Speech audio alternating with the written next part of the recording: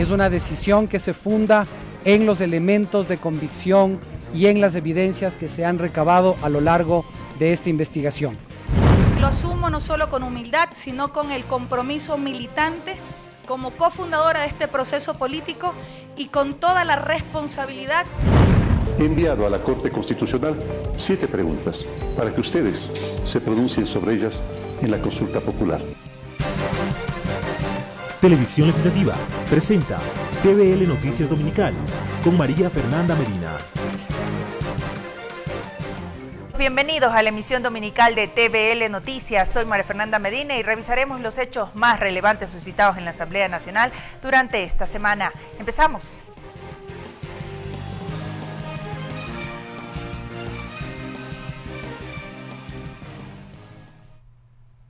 El vicepresidente de la República, Jorge Glass, fue trasladado hasta la cárcel número 4 en Quito la noche de lunes. Esto tras la decisión del juez Miguel Jurado, que ordenó la prisión preventiva para el segundo mandatario y su tío Ricardo Rivera, acusados de presunta asociación ilícita dentro del caso Odebrecht. En medio de los simpatizantes del movimiento Alianza País que llegaron hasta los alrededores de la Corte Nacional de Justicia, se desarrolló la audiencia de revisión de medidas cautelares contra el vicepresidente de la República, Jorge Glass, y su tío Ricardo Rivera, acusados de presunta asociación ilícita dentro del caso Odebrecht. La decisión final la entregó el juez Miguel Jurado en horas de la tarde. Prisión preventiva en contra del procesado señor Jorge David Glass Espinel. Además, Jorge Glass no podrá enajenar bienes y también se dispuso la prohibición de utilizar sus cuentas bancarias. Durante la audiencia, el fiscal Carlos Vaca Mancheno indicó que de las últimas delaciones de José Santos Conceizao y Arturo Alcíbar, hombre de confianza de Ricardo Rivera, y de información entregada por parte de los Estados Unidos, existen indicios de una asociación ilícita entre Glass y Rivera. El fiscal general defendió la investigación. Lo que ha establecido el juez con relación a la prisión preventiva de los dos procesados, del ingeniero Glass y del señor Rivera, es una decisión que se funda en los elementos de convicción y en las evidencias que se han recabado a lo largo de esta investigación. Este es un momento en el cual Fiscalía continuará con las investigaciones que tengan que ver con los delitos fines, además. Tras la decisión, el abogado de Jorge Glass, Eduardo Franco Loor, dijo que apelarán a lo resuelto por el juez. Más pesó el estado de opinión que la legalidad constitucional y legal. Pero el ingeniero Jorge Glass no renunciará la vicepresidencia de la República. Por la noche, el vicepresidente de la República, Jorge Glass, fue trasladado hasta la ciudad de Quito, a la cárcel 4, mientras que Carlos Pareja Yanuseli, también investigado dentro del caso Odebrecht y que se encontraba en esta cárcel, fue trasladado hasta el Centro de Reclusión Social en La Tacunga. Ricardo Bravo, TVL Noticias. Para el próximo martes 10 de octubre quedó diferida la audiencia en la que el juez de la Corte Nacional de Justicia, Miguel Jurado, prevé conocer y resolver el pedido de revisión de medidas cautelares en contra del vicepresidente Jorge Glass, conforme solicitó su defensa. La diligencia estaba previsto que se desarrolle el pasado viernes.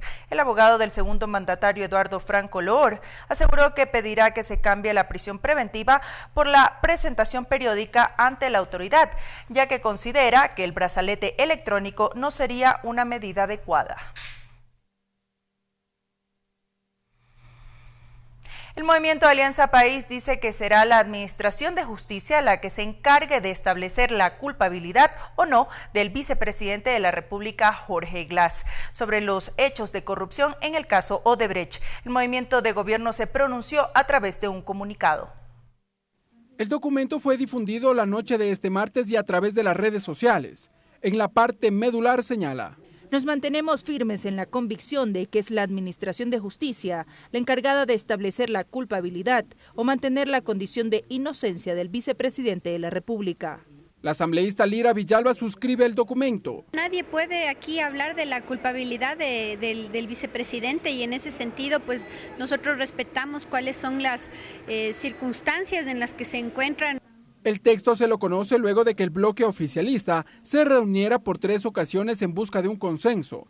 Ante la pregunta de si es partidaria o no de que el vicepresidente de la República dé un paso al costado, Lira Villalba respondió: no es un empleado de nuestro, ni tampoco es una persona a la que se le pueda pedir la renuncia. La figura de renuncia, por ejemplo, es una figura que pues prevalece sobre la voluntad de la persona. El texto de Alianza País sobre la situación del vicepresidente de la República genera críticas desde la oposición. Fabricio Villamar tiene una lectura. Es básicamente un comunicado para salir del paso en un momento en donde internamente se están rompiendo, lo cual es absolutamente comprensible. Hay gente que no tiene por qué pagar los platos rotos de gente que tiene las manos limpias. El vicepresidente de la República, Jorge Glass, guarda prisión preventiva desde el lunes pasado. Él es investigado por una presunta asociación ilícita dentro del caso Odebrecht. Ricardo Bravo, TVL Noticias. Mientras tanto, los legisladores del movimiento Creo, Suma y del Partido Social Cristiano iniciaron la recolección de firmas para plantear un nuevo pedido de juicio político en contra del vicepresidente Jorge Glass. A mediodía de este martes, los asambleístas del movimiento Creo, representados por el legislador Fabricio Villamar, empezaron con la recolección de firmas para plantear un nuevo pedido de juicio político en contra del vicepresidente Jorge Glass.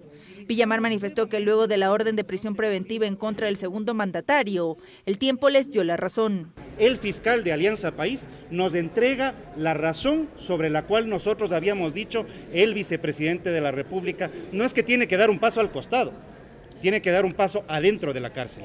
Mientras que su compañera de bloque, Yanine Cruz, dijo que este no será el único caso por el que fiscalizarán al vicepresidente Glass. No nos vamos a confiar que solamente se lo asocie ilícitamente al vicepresidente. Caminosca, la renegociación petrolera y todas las investigaciones que han hecho activistas como Fernando Villavicencio, como Clever Jiménez. Poco después llegaron los legisladores de la bancada del Cambio Positivo, quienes también se sumaron a la solicitud de juicio político en contra del titular de la vicepresidencia. Luis Fernando Torres y Henry Cucalón esperan que ahora sí se lleve a cabo dicho proceso en contra del segundo mandatario.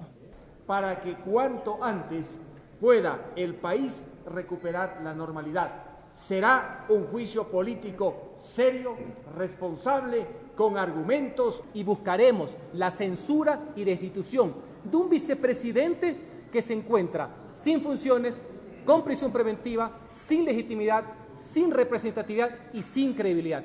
En tanto, el legislador del movimiento Suma, Guillermo Celi, señaló que su bloque apoyará también el pedido de juicio político, pues a su criterio existen suficientes elementos constitutivos. Y será la Asamblea Nacional, ante el clamor de los ciudadanos, que tenemos que entender y saber de que hay que dar una viabilidad a este momento difícil de la institucionalidad del Ecuador a través de nuestras funciones como fiscalizadores y jueces políticos, en este caso del vicepresidente de la República. De su lado, Carmen Rivadeneira, asambleísta por País, señaló que no se adelantarán a apoyar una solicitud de juicio político en contra de Glass planteado por la oposición. La solicitud al CAL y a los organismos correspondientes habrá que ver si cumplen con todo lo que señala la Constitución y también el reglamento de la legislatura. Según la Ley Orgánica de la Función Legislativa, en su artículo 79, la solicitud para proceder al enjuiciamiento político deberá contar con las firmas de al menos una cuarta parte de las y los miembros de la Asamblea Nacional. María Fernanda Medina, TVL Noticias. María Alejandra Vicuña es la nueva vicepresidenta de la República encargada. Así lo decretó el presidente Lenín Moreno, quien antes se desempeñaba como ministra de Vivienda, ahora deberá dar seguimiento a la consulta popular y referéndum. A continuación revisamos su perfil. María Alejandra Vicuña es guayaquileña, nacida en febrero de 1978, psicóloga clínica de profesión. Es egresada de una maestría en Administración de Empresas. Se desempeñó como legisladora en los 2 últimos periodos. Antes de ostentar el encargo de la vicepresidencia, el presidente Lenín Moreno la asignó como ministra de Vivienda, quedando a su cargo la misión Casa para Todos, un programa emblemático del actual gobierno. La tarde del 4 de octubre, el primer mandatario, a través de decreto ejecutivo, encargó la vicepresidencia de la República a María Alejandra. Entre las funciones le asignó dar seguimiento a la consulta popular y referéndum. En su primera declaración pública como vicepresidenta, expresó su agradecimiento por la confianza encomendada y manifestó que trabajará para rescatar el espíritu de Montecristi. Que lo asumo no solo con humildad, sino con el compromiso militante como cofundadora de este proceso político y con toda la responsabilidad y el compromiso patriótico con el pueblo ecuatoriano. Sobre la consulta popular dijo que la misma responde a las inquietudes planteadas por el pueblo y que trabajará con responsabilidad. Se han recibido más de 2.500 preguntas y eso demuestra efectivamente que hay un apoyo al proceso de consulta popular. Vicuña sustituirá a Jorge Glass mientras permanece en prisión en el marco de las investigaciones del caso Odebrecht. Lorena Espinosa, TVL Noticias. Consulta popular. 7 fueron las preguntas que anunció la noche de este lunes el presidente de la República para la consulta popular. Temas como el combate a la corrupción, la reelección indefinida y la preservación del medio ambiente forman parte de la propuesta. La noche de este lunes, el presidente de la República, Lenín Moreno, hizo públicas las 7 preguntas de la consulta popular que se realizará en los próximos meses. El jefe de Estado, en su mensaje a la nación, destacó que la soberanía del país radica en el pueblo y que su intención es volver al espíritu de la Constitución de Montecristi. Queridos compatriotas, tal y como anuncié el día de hoy, cumpliendo con los requisitos que establece la Constitución y la ley, he enviado a la Corte Constitucional 7 preguntas para que ustedes se pronuncien sobre ellas en la consulta popular. La primera pregunta es referente a la corrupción. Se consultará sobre la supresión de por vida de los derechos políticos para los servidores públicos declarados culpables de delitos de corrupción. La segunda pregunta se refiere al Consejo de Participación Ciudadana y Control Social. Se consultará sobre el cese inmediato de los actuales miembros del Consejo de Participación Ciudadana y se propondrá que los nuevos integrantes sean elegidos a través de votación universal. La tercera pregunta se refiere a la reelección indefinida. Se consultará sobre dejar sin efecto la enmienda que la permite. La cuarta pregunta pretende dinamizar la generación de empleo y todos los encadenamientos de la construcción. Se consultará sobre la eliminación de la denominada Ley de Plusvalía, que está en vigencia. La quinta pregunta consultará la ampliación en 50.000 hectáreas de la zona intangible del Yasuní y la reducción a la tercera parte del área de explotación petrolera en el ITT, Ixpingo, Tambococha y Tiputini. La sexta pregunta consultará sobre la restricción de la minería metálica en todas sus etapas en áreas protegidas, zonas intangibles y centros urbanos. Finalmente, la séptima pregunta consultará que los crímenes sexuales contra niños, niñas y adolescentes no prescriban nunca. Asimismo, el jefe de Estado se refirió a las preguntas que no fueron incorporadas en esta consulta popular. Varias preguntas que no se incorporan a la consulta se convertirán en propuestas de ley del Ejecutivo o formarán parte de la agenda conjunta con la Asamblea Nacional. Otras se transformarán en decretos ejecutivos e incluso, me da mucho gusto decirlo, serán programas y proyectos del Gobierno Nacional. Una vez que la Corte Constitucional califique estas 7 preguntas, el Consejo Nacional Electoral deberá convocar al proceso de votación. Karel Sack, TVL Noticias. La Sala de Admisión de la Corte Constitucional, conformado por los jueces Tatiana Ordeñana, Ruth Seni y Wendy Molina, admitió a trámite el pedido de consulta popular y enmiendas constitucionales presentado por el presidente de la República, Lenín Moreno Garcés.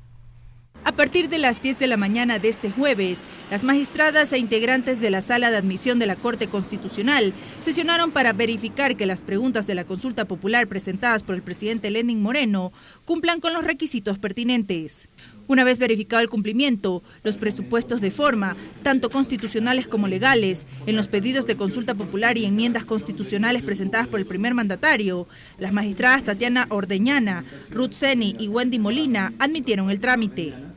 Ahora se deberá seguir la fase de sustanciación, establecida en la Constitución de la República, Ley Orgánica de Garantías Jurisdiccionales y Control Constitucional, y en el Reglamento de Sustanciación de Procesos de Competencia de la Corte Constitucional. Es decir, una vez que la Sala de Admisión califica las preguntas para la consulta popular, designará un juez ponente. El mismo desarrollará un proyecto de resolución para el conocimiento y aprobación de los 9 magistrados de la Corte Constitucional. Luego de que la Corte Constitucional admite el trámite, tendrá hasta 20 días para emitir un dictamen. El siguiente paso será que el presidente disponga al Consejo Nacional Electoral, que convoque a consulta popular en el plazo de 15 días. Y el plebiscito como tal deberá efectuarse en los próximos 60 días.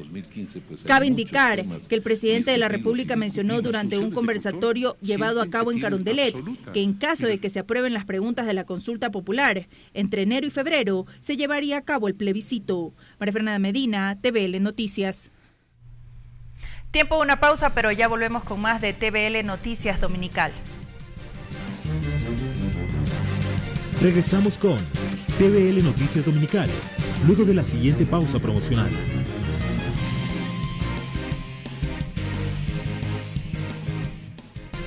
Sumario legislativo. Gracias por continuar con nosotros y ahora les contamos que el Consejo de Administración Legislativa CAL resolvió inadmitir a trámite el pedido de juicio político contra los miembros del Consejo de la Judicatura. Sobre este tema hubo reacciones. De inadmisible calificó el asambleísta por Creo Esteban Bernal la negativa del Consejo de Administración Legislativa a no dar paso al pedido de juicio político contra el presidente del Consejo de la Judicatura, Gustavo Yalc. Él criticó que el CAL habla de una supuesta prueba que jamás fue presentada de su autoría, lo que a su juicio deja en tela de duda si se evaluó o no los requisitos. De que lo que ha sucedido en el CAL, a más de aberrante, es injusto y perverso, porque en el informe que se determina ni siquiera consideran las pruebas que nosotros hemos presentado. Por el contrario, evalúan una que no la presentamos. Los dos votos en contra fueron de los legisladores Luis Fernando Torres y Patricio Donoso de bancadas de oposición, pues aseguran que el CAL nuevamente hace uso de intereses políticos, pues a su juicio el pedido sí cumplía con los requisitos. El oficialismo no quiere que haya una fiscalización a la forma como desde el Ejecutivo anterior se metió las manos y los brazos en la justicia ecuatoriana. A lo que ellos denominan falta de las pruebas. Criterios que fueron discutidos por el segundo vicepresidente de la Asamblea, Carlos Berman, pues aseguró que la medida fue analizada y consensuada. Y nuevamente la oposición hace alarde que va a iniciar un proceso y no cumple los mínimos requisitos. Finalmente, Bernal enfáticamente dijo que no cesarán en la lucha contra la corrupción. No descartó presentar un nuevo pedido de juicio político contra Yalc en los próximos días. Vamos a continuar con este proceso con más acciones relacionadas con el tema de la justicia. El pedido de juicio político contra Yalc fue presentado el pasado 27 de septiembre, adjunto más de 40 expedientes de jueces destituidos y acciones irregulares en el organismo de justicia. Mariela Logroño, TVL Noticias. La próxima semana se prevé que el Consejo de Administración Legislativa CAL analice la reconsideración de la resolución adoptada el pasado martes en torno al proyecto de reformas al artículo 154 del Código de la Democracia, que plantea que los prefectos sean electos exclusivamente por la población rural. Esto luego de la reunión que mantuvieron prefectos y viceprefectos del país este jueves con el presidente de la Asamblea Nacional, José Serrano. Las reformas al artículo 154 del Código de la Democracia, de iniciativa de la asambleísta Verónica Arias y Bolívar Armijos, presidente de Conagopare, genera reacciones entre los prefectos y viceprefectos del país. Gustavo Baroja, prefecto de Pichinchi, presidente de Congope, manifestó en la reunión que mantuvo con el titular del Legislativo, José Serrano, que en las prefecturas existe preocupación, pues asegura que la propuesta tiene vicios de inconstitucionalidad, afecta a los ciudadanos y a la organización de territorios, ya que la divide en zona rural y urbana. Y obviamente esa discriminación está atentando contra los derechos constitucionales de garantizar su representación a través de un voto y obviamente también de ser elegido. Además, agregó que el presidente de la Asamblea se comprometió que durante la próxima reunión del Consejo de Administración Legislativa CAL se reconsidere una resolución que se había tomado con respecto a este proyecto de reformas. Que han presentado ya asambleístas del CAL, lo ha dicho que va a ponerlo ya en el orden del día esta reconsideración en la próxima reunión del CAL y obviamente lo que hemos aceptado también la conformación de comisiones que analicen las posibles reformas al COTAC. De hecho, él de alguna manera en su intervención final, al aceptar realizar una reconsideración, un pedido de los 3 asambleístas que habían hecho ese pedido, Yo entiendo que está totalmente a favor de corregir, si se quiere, un posible error que hubo en una aprobación. En tanto, Isabel Bejarano, presidenta de la Junta Parroquial de Calderón, aseveró que en algunas provincias varias juntas parroquiales no fueron consultadas y no están de acuerdo. No estamos de acuerdo y vamos a seguir reclamando que él nos respete y si nos está representando, que lo haga en beneficio de juntas parroquiales.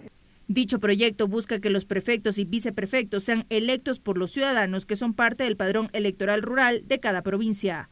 María Fernanda Medina, TVL Noticias. Voces y opiniones. Las 7 preguntas planteadas por el Ejecutivo para la consulta popular fueron analizadas durante el programa Tercer Debate de esta semana. Ricardo Bravo con un resumen del diálogo entre el asambleísta por el Partido Social Cristiano César Ron y el ex consejero de gobierno Virgilio Hernández. La primera pregunta tiene que ver con la muerte civil a todo funcionario público encontrado culpable de un delito de corrupción. Virgilio Hernández y César Ron tienen sus lecturas. La gran mayoría de la sociedad puede estar de acuerdo que quien ha cometido actos de corrupción no pueda volver a ejercer cargos. Es porque el pueblo ecuatoriano, que es el mandante, que es el soberano, lo exige. El debate se incrementó cuando analizaron la denominada reelección indefinida. La reelección solo se concreta si el pueblo, por lo tanto, ese mandante le da el voto. Hoy vamos al soberano a preguntarle si quiere o no quiere. Puede decir que no también. Luego vino el turno de la propuesta de reestructuración del Consejo de Participación Ciudadana y Control Social. Y lo que se busca es tener su propio Consejo de Participación Ciudadana y Control Social. ¿Y qué ha hecho el Consejo de Participación Ciudadana en materia de fiscalización, en el caso específico del Contralor que fue cesado en sus funciones? Nada. Después fue el turno de las preguntas relacionadas con el medio ambiente, la minería metálica y el Yasuní. Esto no requiere ni reforma legal. Esto está en la ley de minería. Aquí hay que pedir ayuda al mundo importante para más adelante, si es que es posible, cerrar la explotación en el Yasuní. Hasta que el debate tomó fuerza cuando expusieron sus criterios sobre la propuesta de eliminar la ley de plusvalía. Hernández presentó cifras. La normativa está en vigencia 8 meses y obviamente todavía es muy leve, pero empieza a haber una recuperación del sector de la construcción. Aquí se impusieron el dogma y la ideología de las cámaras. Esta ley de plusvalía en el Ecuador acabó con el sector de la construcción. Son posturas de quienes dicen que al final del camino será el pueblo el que tenga la última palabra. Ricardo Bravo, TVL Noticias. Los acercamientos entre el Parlamento ecuatoriano y el Parlamento europeo para la eliminación de la visa Schengen fue el tema de esta semana en el programa de los medios legislativos Termómetro Ciudadano. Aquí el resumen. El grupo de parlamentarios andinos de Ecuador entregó un pedido formal de sección de visado Schengen para ciudadanos ecuatorianos al copresidente por el componente europeo de la Asamblea Parlamentaria Euro-Latinoamericana, Ramón Jáuregui, durante el encuentro denominado Eurolat. Lo que busca es iniciar un proceso de sección del visado Schengen para los ciudadanos ecuatorianos, que permitirá que circulen sin restricciones entre los países de la comunidad Schengen, que incluye a los estados de la Unión Europea. Juan Pablo Cadena, experto en relaciones internacionales, manifestó durante el programa Termómetro Ciudadano que Ecuador tiene la voluntad política de llegar a un acuerdo con respecto a la eliminación de dicho visado. El beneficio que vamos a tener los ecuatorianos es que aquellas personas que tienen familiares van a poder recibir a sus familiares.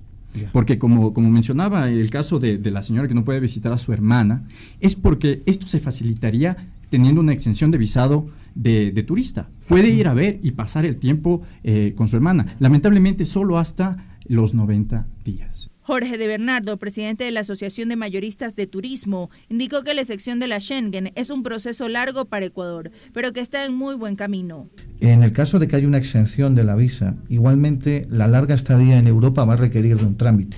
Es decir, que ir a estudiar a Europa va a requerir también de un marco migratorio específico, aunque no haya una visa. Realmente la exención de la visa aplicaría sobre todo a la de 90 días, a la visa por turismo. La representación nacional del Ecuador del Parlamento andino busca iniciar un proceso que permita a los ciudadanos ecuatorianos transitar libremente por la Unión Europea, con el fin de impulsar el turismo birregional y fortalecer los lazos entre los pueblos. María Fernanda Medina, TVL Noticias. La esencia de la ley. Hoy en el segmento La esencia de la ley junto a Mariela Logroño conoceremos los beneficios de la ley de agrobiodiversidad y semillas. Aproximadamente el 35% de los agricultores utiliza semilla certificada. El restante recicla y reutiliza la semilla. Hoy, en la esencia de la ley, conversaremos con especialistas quienes nos hablarán de los alcances, avances, beneficios, pero sobre todo temas pendientes de la Ley de Agrobiodiversidad y Semillas. Pues bien, las semillas y la tierra formarán parte de mi reportaje. El Ecuador en la región andina es uno de los más importantes centros de origen y diversidad de especies cultivadas en el mundo, reconocidos por la alta diversidad de plantas vasculares, con aproximadamente 17.000 especies, muchas de las cuales son catalogadas como recursos fitogenéticos para la agricultura y alimentación. Bajo ese contexto, un equipo de TVL Noticias nos trasladamos hasta el Instituto Nacional de Investigaciones Agropecuarias INIAP para conocer cómo es el tratamiento de las semillas. Esto tras la vigencia desde junio de este año de la Ley de Agrobiodiversidad y Semillas. Durante nuestro recorrido, conocimos en el Departamento Nacional de Recursos Fitogenéticos el tratamiento de la semilla paso a paso. El proceso inicia con recolección de germoplasma. Se colecta la diversidad de especies y variedades nativas del Ecuador. Este paso consolida el banco de germoplasma más grande que tiene el Ecuador, con 28.000 accesiones. Conservación ex situ. Se conserva la semilla a menos de 15 grados centígrados a través de técnicas de cultivo en estaciones experimentales. Conservación in situ. Participación activa de los agricultores. Cuidados desde el cultivo. Regeneración y multiplicación. Procesos de regeneración que evidencia el porcentaje de germinación de semillas que puede disminuir la disponibilidad del mismo. Caracterización y evaluación. Proceso que describe los materiales conservados a través de descriptores morfológicos, agronómicos, geográficos y moleculares. Información y documentación. Información documentada para respaldo de las investigaciones elaboradas. Así lo resaltó César Tapia, representante del Departamento Nacional de Recursos Fitogenéticos. Yo creo que la investigación es fundamental para generar tecnología en el país. Generar tecnología propia que se adapte a las condiciones de nuestro pueblo. Según César Tapia, para el debido cumplimiento, el DENAREF ha creado un plan estratégico institucional que contribuye a la ley de semillas. Tiene dentro de sus líneas de investigación el incremento de la productividad, que está a tono con la minga agropecuaria y con la ley de agrobiodiversidad. El segundo elemento es el manejo y la conservación de los recursos naturales. Ahora dejamos de lado el tratamiento de las semillas para conocer cuál es el sentir de los productores y agricultores. Conversamos con el investigador agrícola Marcelo Hernández, quien nos explica técnicamente esta normativa. La ley de semillas ya es un primer paso, sostiene Marcelo Hernández, quien ha trabajado estrechamente con los agricultores y conoce de cerca las necesidades del sector.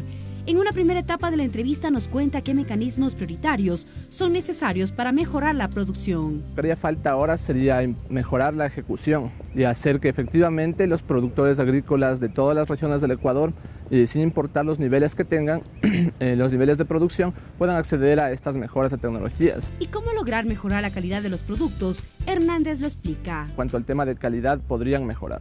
Y al mejorar podrían brindarles beneficios a los agricultores, mayores rendimientos, menores pérdidas. La ley de agrobiodiversidad y semillas debe ser considerada en base a aspectos que incidan en una adecuada aplicación, sostuvo. No están de acuerdo a lo que la industria o el consumidor requiere en ese momento.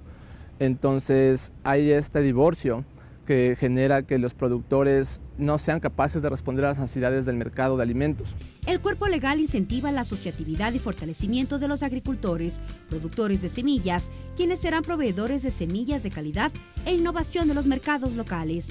Además, busca mejorar condiciones para la producción de la agricultura familiar.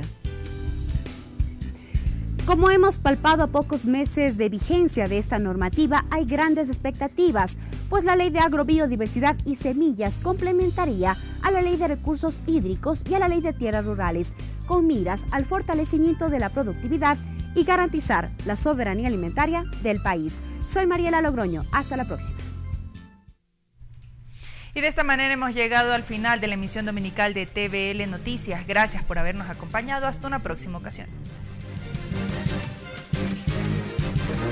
Televisión Legislativa presentó TVL Noticias Dominical.